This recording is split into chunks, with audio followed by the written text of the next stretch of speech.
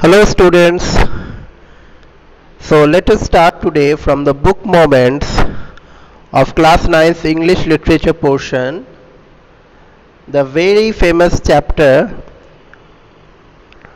or story named as Happy Prince from chapter 5. It is written by Oscar Wilde. Happy Prince is a kind of story which teaches us a lot of lessons.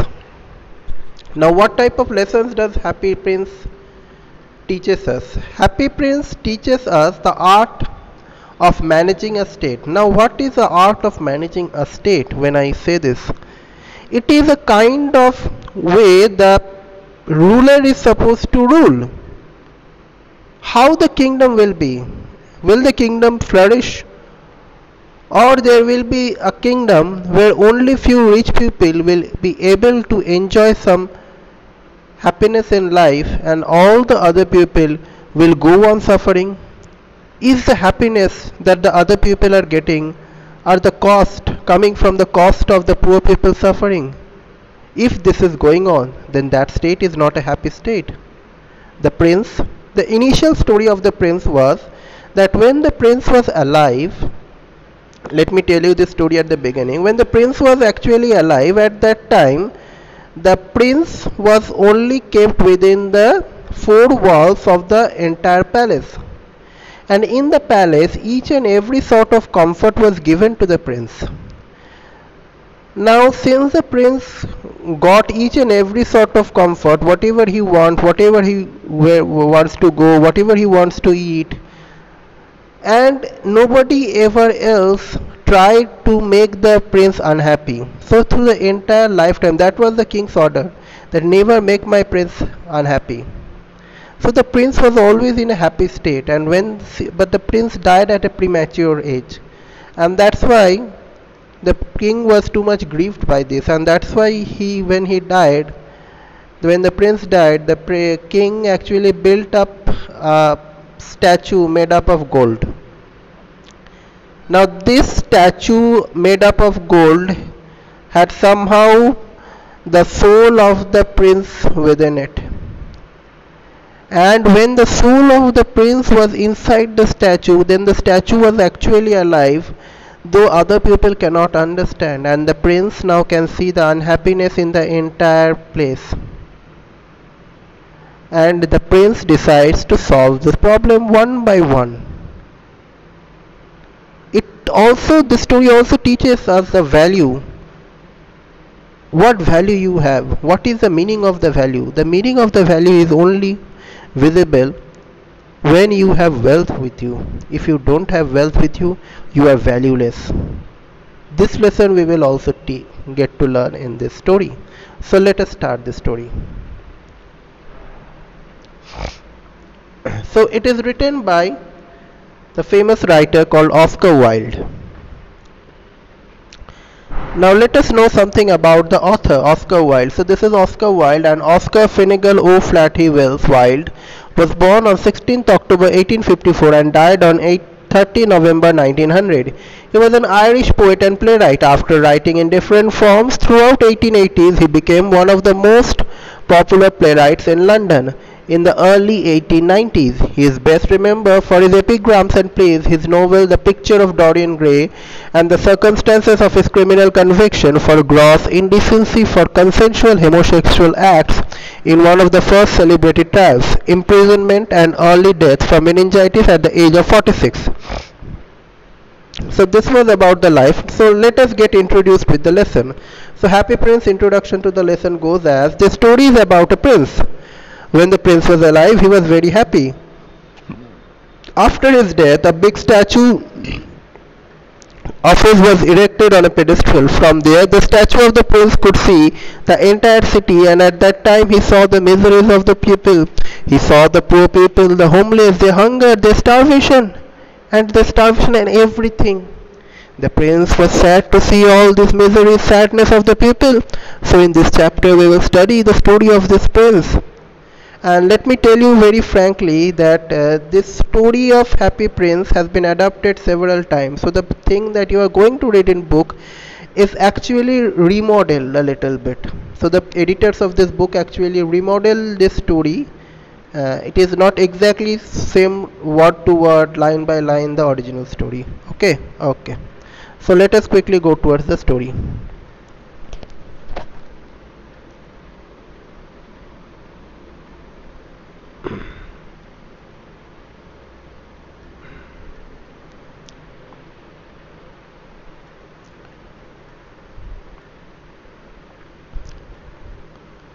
So the Happy Prince. What was Happy Prince? Happy Prince was a beautiful statue in reality. He was covered with gold. He had sapphires for eyes and a ruby in his sword. Why did he want to part with all the gold that he had and his precious stones? So we will get to know in this story. High above the city on a tall column stood the statue of the Happy Prince. He was gilded all over with thin leaves of fine gold. For eyes he had two bright sapphires, and a large red ruby glowed on his sword hilt. One night there flew over the city a little swallow.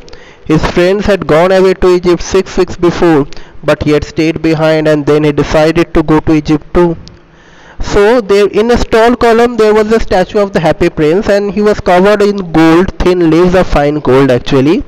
The statue was made up of some other metal, which is probably lead, and for the eyes he had two bright sapphires and a large ruby, which means these are extremely precious stones to buy. So one night there flew over the city a little swallow. His friends had gone away to Egypt 6 weeks before. So a little swallow was flying over, and his friends had gone away to Egypt 6 weeks before, and he is still there, but he had stayed behind. Then he decided to go to Egypt too. So he had not decided to go with his company. So what happened? Now that little swallow all day long he flew, and at night time he arrived at the city. So where shall I put up? He said. I hope the town has made preparations. He thought that a town has some preparations for the birds, and in those times there were actually preparations for various types of birds in almost all over the city. Means people used to build their homes like this only, where a little spaces were also made for birds. So then he saw the statue on the tall column. So then he saw the statue of the Happy Prince on the tall column, and he said, what did he say? I will put up there, he cried. It's a fine position with a plenty of fresh air. So he alighted just between the feet of the Happy Prince. So he kept himself just behind the feet of the Happy Prince. I have a golden bedroom, he said softly to himself as he looked round. So now he sat at the feet of the Happy Prince, and now he says mockingly that I have a golden bedroom, he said softly to himself as he looked around, and he was prepared to go to sleep. He was about to sleep. Just then something happened. The statue woke up. But just as he was putting his head under his wing, a large drop of water fell on him. What a curious thing, he cried. There's not a single cloud in the sky. The stars are quite clear and bright, and yet it's raining. Then another drop fell. What is the use of a statue if it cannot keep the rain off? He said. I must look for a good chimney pot, and he determined to fly away.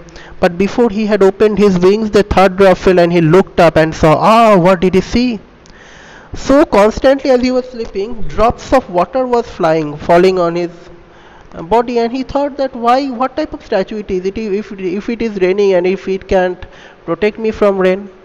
And then drops of water, third drop fell, he realized something else. That it is not the rain that is coming, something else is coming. Now what is coming? So what did he see? He saw the eyes of the Happy Prince were filled with tears, and the tears were running down his golden cheeks. His face was so beautiful in the moonlight that the little swallow was filled with pity. Who are you? He said. I am the Happy Prince. Why are you weeping then? He asked the swallow. You have quite drenched me. And why was the happy prince shedding drops of water? Actually, the happy prince was crying. He was filled with tears. So, what is the reason he was crying? And he said, when I was alive and had a human heart, answered the statue, I did not know what tears were, for I lived in the palace where sorrow is not allowed to enter. My courtiers called me the happy prince, and happy indeed I was. So I lived, and so I died, and now that I am dead, they have sent me up here so high that I can see the ugliness and all the misery of my city. And through my heart is made of lead, yet I cannot choose but weep. So he's made of lead actually. The entire statue is made of lead, but still he can see the sorrow of the palace. When he lived in the palace, the sorrow was not allowed to enter, see? And so he lived and he died there. And now when he was dead, he was set so high that he can see the ugliness and misery of the city. Now he realizes the problem. So the swallow said to himself, what? Is he not solid gold? He is made solid, which means that perhaps the king ordered to make the statue of gold, but the people, they were corrupt, so they made a statue of lead and then covered it with gold, and they taken the money of the entire gold, and the king did not realize, king did not verify it. That is the kind of state. So what, is he not gold? Said the swallow to himself. He was too polite to make any personal remarks. Far away, continued the statue in a low musical voice, far away in a little street there is a poor house. One of the windows is open, and through it I can see a woman seated at the table. Her face is thin and worn, and she has coarse red hands all prickled by the needle, for she is a seamstress. She is embroidering flowers on a satin ground for the loveliest of the queens maid of honor to wear at the next court ball. In a bed in the corner of the room her little boy is lying ill. He has a fever and is asking his mother to give him oranges. His mother has nothing to give him but river water, so he is crying. Swallow, swallow, little swallow, will you not bring out her the ruby out of my sword hilt? My feet are fastened to this pedestal and I cannot move. So the swallow realized one thing, that the statue was not in a happy state. And why is not in a happy state? And in a new musical, low musical voice, the statue said this, that far away there is a poor house where a mother seamstress is embroidering flowers for the loveliest of the women, queens maids of honor they are. So they are the young ladies and they are preparing for a ball, and if he can give that thing in time, then only he will get the money. And the child is crying, he's crying for oranges, but the mother has no money to give, so he is crying, so will you not give me the ruby? So the precious stone was supposed to be given to the poor, that is the prince's remarks, and he decided to give that. So the swallow said at beginning, I am waited for in Egypt, said the swallow. My friends are flying up down the Nile and are talking to the lotus flowers. Soon they will go to sleep. So he said, my friends are waiting for me in Egypt. And the prince asked the swallow to stay with him for one night and be his messenger. The boy is so thirsty and the mother so sad, he said. So he is requested, kindly be there. He is so thirsty and mother is so sad. I don't think I like boys, answered the swallow. I want to go to Egypt. So the swallow did not want to help. But the happy prince looked so sad that the little swallow was sorry. It is very cold here, he said, but he agreed to stay with him for one night and be his messenger. So he agreed to stay with him for one night and be his messenger. Thank you, little swallow, said the prince. The swallow picked out the great ruby from the prince's sword and flew away with it in his beak over the roofs of the town. So the swallow picked up the great ruby and went from the roofs of the town. And He passed by the cathedral tower where the white marble angels were sculptured. He passed the palace and heard the sound of dancing. A beautiful girl came out of the balcony with her lover.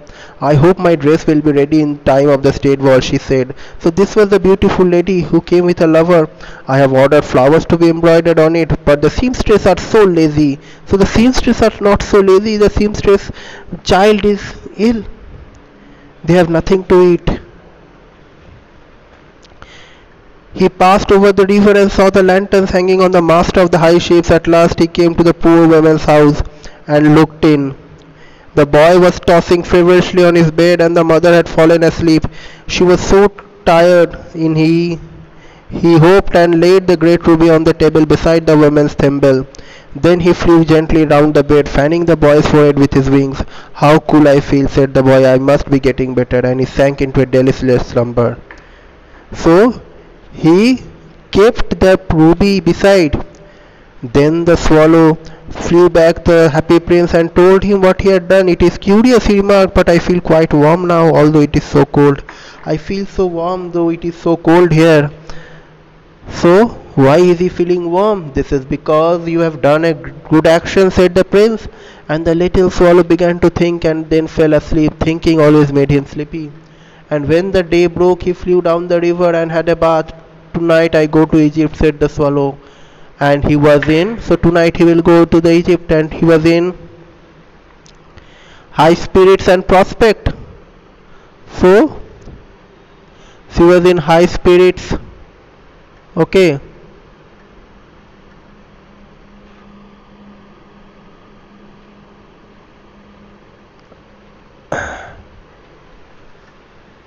And prospect. So he visited the monuments at that time and sat on a long time on the top of a church steeple. When the moon rose, he flew back to the happy prince. Have you any commissions for Egypt? He cried. I am just starting. So do you have something to say? And the prince again saw something else. So the prince said, Swallow, swallow, little swallow, said the prince, will you stay with me one night longer? I am waited for in Egypt, answered the swallow. Swallow, swallow, little swallow, said the prince, far away across the city I see a young man in garret. He is leaning over a desk covered with papers, and is in the glass by his side there is a bunch of withered violets. His hair is brown and crisp, and his lips are red as pomegranate, and he has large and dreamy eyes. He is trying to finish a play for the director of a theatre, but he is too cold to write any more. There is no fire in the grate, and the hunger has made him faint. So he said, the problem is that there is a young man. He is writing something. Okay. So the director of the theatre has told him to finish a play, but he was too cold to write anymore, and there is no fire, and he was too hungry, so he cannot write. So I will wait with you one night longer, said the swallow, who had really a good heart. He asked if he should take another ruby to the young playwright, and says, Alas, I have no ruby now, said the prince. My eyes are all that I left. They are made of rare sapphires. So I have eyes which are made of rare sapphires, which were bought out of India 1,000 of years ago. So see, a precious gem which was bought from India.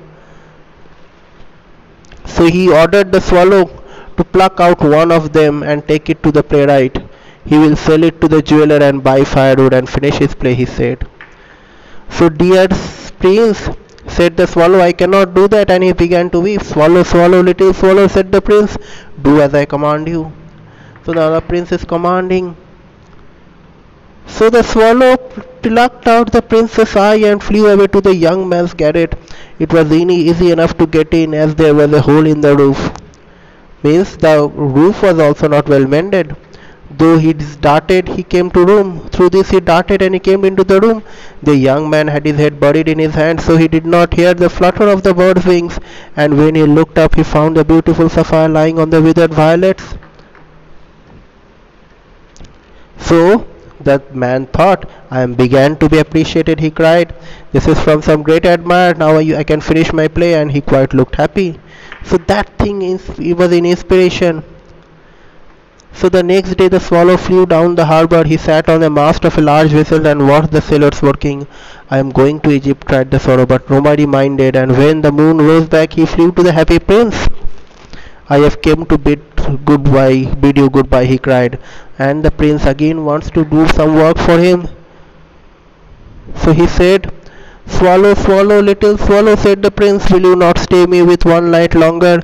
And swallow answered, it is winter, answered the swallow, and the snow will soon be in here. In Egypt the sun is warm on the green palm trees, and the crocodiles lie in the mud and look lazily about them. So I am waiting for the Egypt. I want to go to the Egypt in the palm trees.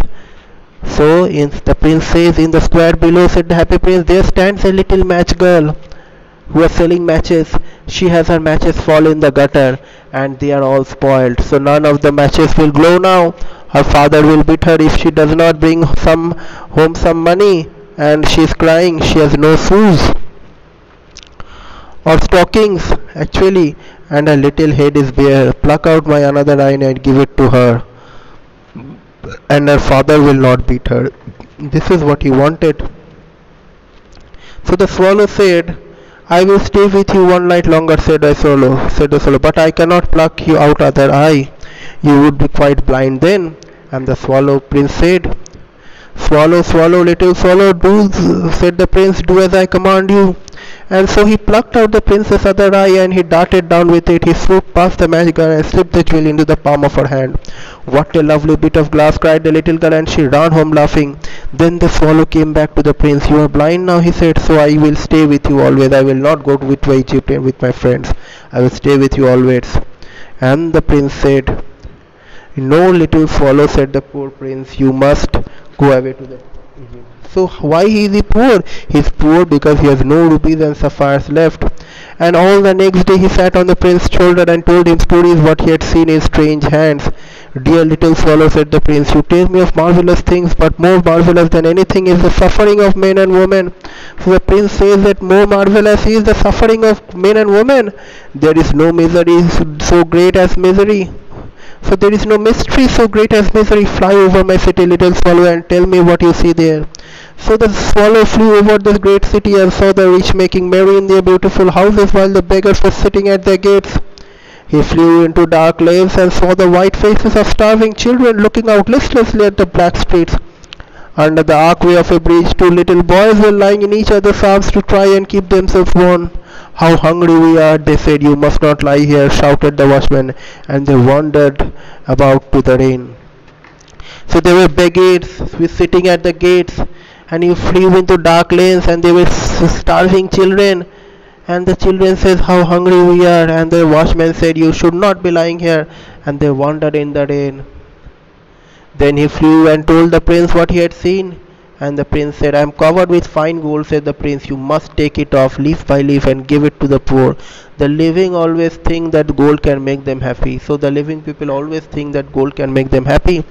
So leaf after leaf of the fine gold the swallow picked off till the happy prince looked quite dull and ugly. Leaf after leaf of the fine gold he brought to the poor, and the children's faces grew rosier and they laughed and played in the street. We have bread now, he cried. So they cried that we have now bread. We have nothing previously, so we are getting of the riches. Then the snow came, and after the snow came the frost. The streets looked as if they were made of silver. Everyone went out in farce, and the little boys also wore scarlet caps and skated on the ice. Now they can withstand the cold in the winter, in the snow. But the poor little swallow and the happy prince, the prince was no longer rich, he was no longer useful, and the gold cannot satisfy the swallow. So what will the swallow do? The poor little swallow grew colder and colder, but he would not leave the prince. He loved him too well. He picked up crumbs outside the baker's door when the baker was not looking, and tried to keep himself warm by flapping his wings. But at last he knew that he was going to die. He had just enough strength to fly up the prince's shoulder once more. Goodbye, my dear prince, he murmured. Will you let me kiss your hand? I am glad that you are going to Egypt at last, little swallow, said the prince. You have stayed too long here, but you must kiss me on the lips, for I love you. So you must kiss me on the lips. So the swallow said, it is not the Egypt that I am going, said the swallow. I am going to the house of death. Death is the brother of sleep, is he not? So I am not going to sleep. I am going to the brother of sleep, death, which is death. It is a very important line, and these lines are given by Oscar Wilde. And he kissed the happy prince on his lips and fell down at the dead at his feet. So the swallow died. And at that time a curious crack sounded inside the statue as something had broken, so that now the soul has left the happy prince statue. The soul of the happy prince went into the heaven along with the soul of the little swallow. The fact that the leaden heart had snapped right into it was certainly it was a dreadful hard frost. So in the dreadful hard frost, leaden heart, the lead heart was broken. Early the next morning, the mayor was walking in the square because below in the company with the town councillors. As they passed the column, he looked up at the statue. Dear me, how shabby the prince looks, he says. How shabby indeed, cried the town councillors, who always agreed with the mayor, and they went up and looked at it. So in the morning they found that they are the prince statue was too shabby. There was no gold. It was useless as anything.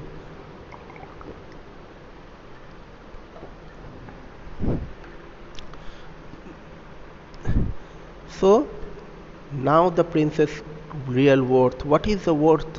What is your worth? Your worth is only when you have money, and see what is they are making.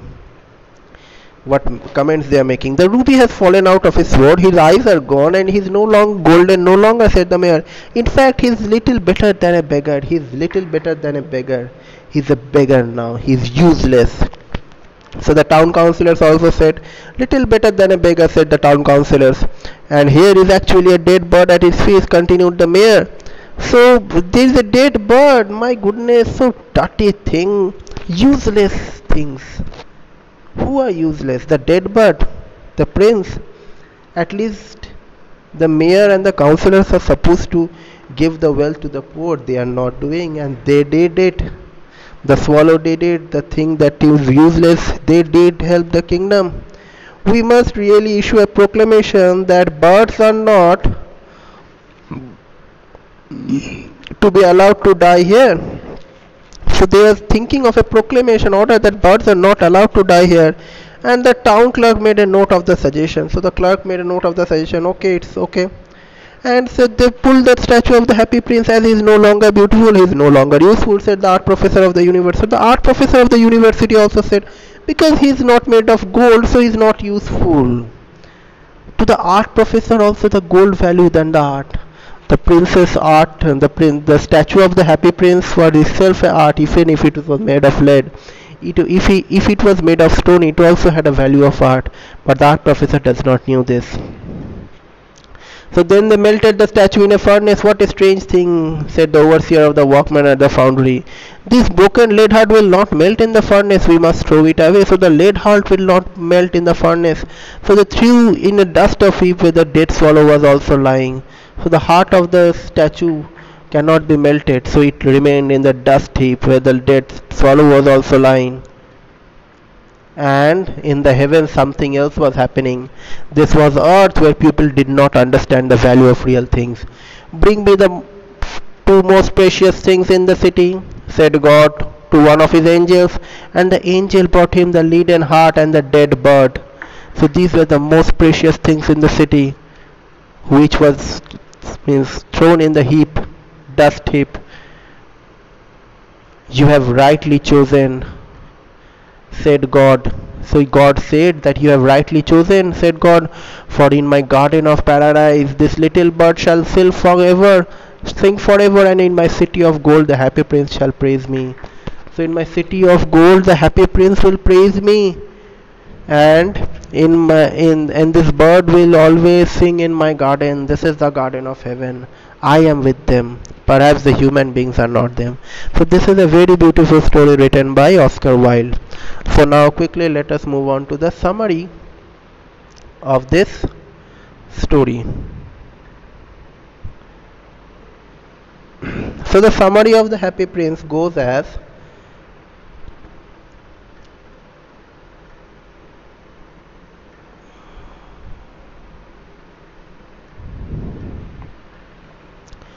So, Happy Prince summary. Once in a town there lived a prince. He was called the Happy Prince because he had been happy all over his life. After his death, his statue was erected on a tall pedestal in the middle of the town. The statue was covered with gold and had two precious sapphire stones embedded in the eyes. A ruby stone had been fitted into the handle of his sword. From there he could see all around the palace and realize the people lived in a lot of poverty and misery. This sight saddened the prince, and being helpless, he would weep to see the plight of these people. One day, a swallow bird was flying through the city on his way to Egypt to meet his friends. On the way, it took shelter for the night at the feet of the statue of the happy prince. The bird realized that the statue was weeping, and upon inquiry, realized the plight of the prince. The helpless prince requests the bird to help it by becoming its messenger. After the initial refusal, the bird agreed and took the ruby stone out of the sword hilt, and he delivered it to a poor seamstress. The next morning, as he went to bid goodbye, the statue convinced him to stay back for one more day. That day, the bird was asked to remove the sapphire stone from the statue's eyes and deliver it to a young playwright. Also, on the third day, the bird had to pull out the second sapphire stone for a poor match girl. By this time, the weather had become cold and the bird had developed an attachment with the statue. The bird did not want to leave the statue, which had now become blind. The happy prince asked the bird to go around the city and inform the condition of the people living there. The bird told him that the rich were making merry while the poor lived in misery. As the happy prince did not have any more precious stone, he ordered the bird to remove the gold foils from his body and distribute it among the living who needed the money for survival. Gradually, the statue of the prince lost its covering of gold and became dull and grey. On the other hand, the poor became joyous and they got bread to eat. The swallow bird was now unable to withstand the cold weather and realized that the death was approaching. It informed the statue that it had to live, and the statue, who loved the bird, asked him to kiss him. As the bird died and felt the statue's feet, a strange sound came out of the statue, the sound of breaking of its heart. Although the statue's heart was made of lead, it broke as it was woven with affection towards the bird. When the statue was melted in the furnace, the heart did not melt and was thrown in the garbage. It landed near the swallow's body. The god's angel took both the dead swallow and the broken heart to him, as they were the most precious things on land. So they were valued by the god. So this was the beautiful story of this little swallow and the happy prince. It was very beautiful story written by Oscar Wilde. So we are ending this very beautiful story of Oscar Wilde, Happy Prince here. Hope you understood this story and enjoyed this video. The MCQ questions will come from this chapter in term 1, and so you prepare by reading the entire text 2 or 3 times and then you will understand it. Also follow my video and prepare well for the exams. Thank you, students.